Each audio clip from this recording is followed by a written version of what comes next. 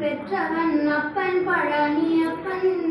தினம் அச்சம் தவிர்ப்பவன் ஆறுதல் சொல்பவன் அப்பன் பழனியப்பன். கள்ளம் கபடம் இல்லாதவர் தம்மிடம் காவலில் நின்றிருப்பார்.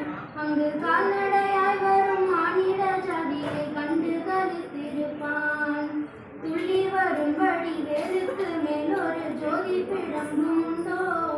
அந்த சுப்பையன் போலொரு அற்புத தெய்வத்தை சொல்ல மொழியும் உண்டோ? வெள்ளி முகம் 12 கண்ட பின் வேறொரு சொர்க்கம் உண்டோ? ஆண்டி தேசத்தில் ஆயினும் வீரத்தில் ஆயினும் வேறனை வெல்வதுண்டோ?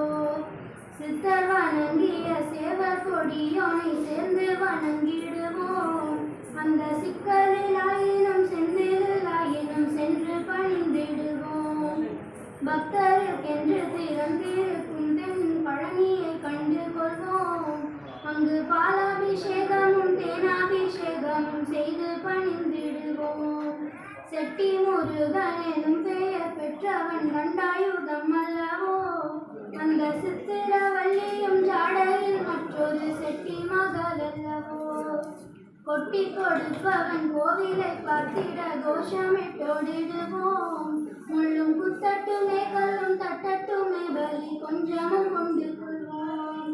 6 மான 20 ஆடி நடந்து செல்வோம். சில ஆனந்த பாடல்கள் வேலனை பாடட்டும் அன்புடன் ஊர்ந்து செல்வோம். ஊறுகள் நேரட்டும் முயவல் மைந்தனை உச்சத்தில் வைத்திருப்போம். கையில் உள்ளதை அன்னவன் கோவிலுக்கே தந்து நிச்சத்தில் வாழ்ந்திருப்போம்.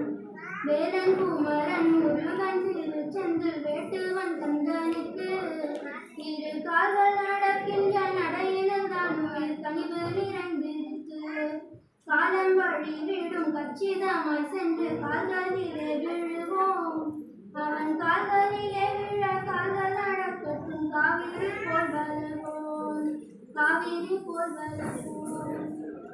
நன்றி விஜயலட்சுமி அவர்களுக்கு. நினைவு பரிசனை ஓஎல்எஸ் சுப்பிரமணியன்